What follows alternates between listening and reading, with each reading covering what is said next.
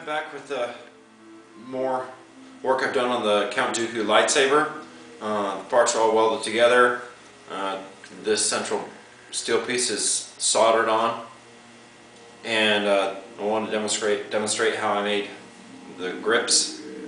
They are out of a rubber compound. It's actually modeling clay you can buy from Michael's craft shops, and I modeled them and used a texture from the bottom of a camera box to make the diamond weave texture.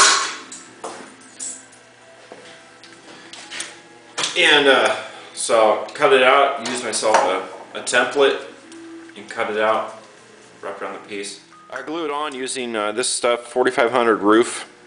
It's pretty much for anything. It's here in Oregon, we got lots of different weather of hot, cold, rain, and this can be actually glued on underwater. And I chose black because obviously my grips are black, and it has that really nice diamond weave to it. This stuff you can cut it with an angle grinder or metal. I use a metal cutter to cut it out and then fine ground it with the sander. It's just wonderful, really hardy stuff. It's not brittle like Bakelite or acrylic. It's slightly flexible.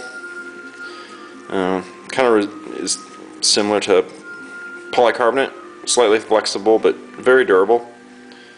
And so that's it for now. So far this saber's coming along really well.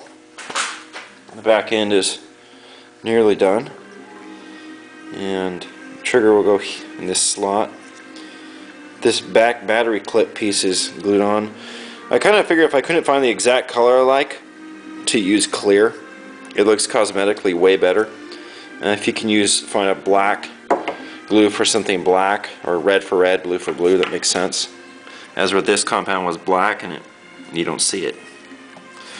So for this, silver, obviously they don't have a chrome silver glue. Clear fits better. And next video, plan to show this installed and pretty much ready to go. So the blade is done and installed. It's buffed out to have a chrome finish.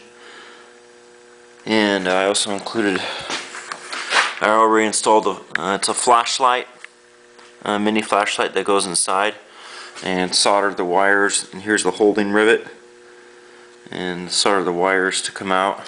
This is the emitter cap, and it's the polycarbonate tube will slip on over this. Emitter cap will slip on over the tube to cover the shaft, thus holding the tube securely on and not having to have it this connected on. So this is nearing completion. I'm going to use a black clay hardened by the oven to fill in this area. Now, there's the battery and the end detail that connects up to the battery. Trigger still has to be yet to be completed. So this is my new Count Dooku lightsaber. Has a new tube from the custom Saber shop. It's a 1/16 thick polycarbonate tube that is pre-frosted, so to say, on the inside, which gives an even more blending effect of the light, so you don't see the LEDs inside. I have 97 5mm 33,000 MCD LEDs inside the tube, running off of 4.5 volts, 3 AAA batteries. The main trigger is here, and I do not have sound incorporated into this unit, but it's made out of steel and aluminum and brass. I really like this. It's a nice feel. The batteries are easy to change out. I'm merely unscrew this assembly, and I used aluminum for the back battery, look-alike battery pack. I think the trigger needs a little mod though, because there we go.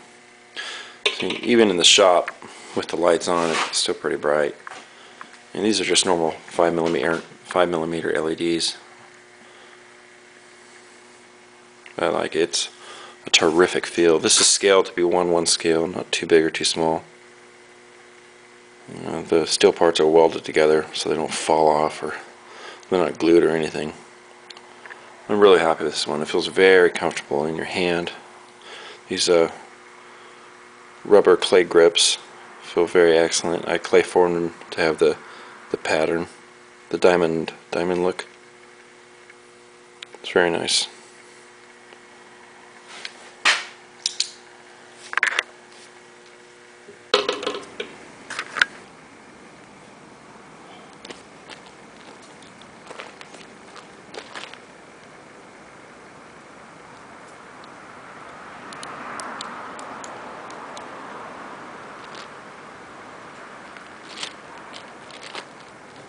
Here's another part from the Count Dooku lightsaber. I'm showing how I traced from the original blueprint I made to this piece of steel. I used a carbon copy underneath this paper and then traced it onto sticky paper, placed it on the metal, and I've cut a little bit off.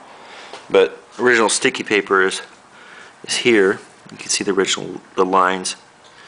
And I cut around the paper with the razor, and then using the whiteout pen, just trace it around here. So when you pull off the paper, whether probably use a razor blade or heat it up and pull the paper off, you have a nice perfect line where to cut, and it won't be affected by the cutting tool, which I'm using a grinder with the cut-off blades. And the paint won't be damaged by that when you cut it, and you know exactly where you're supposed to cut with a white line.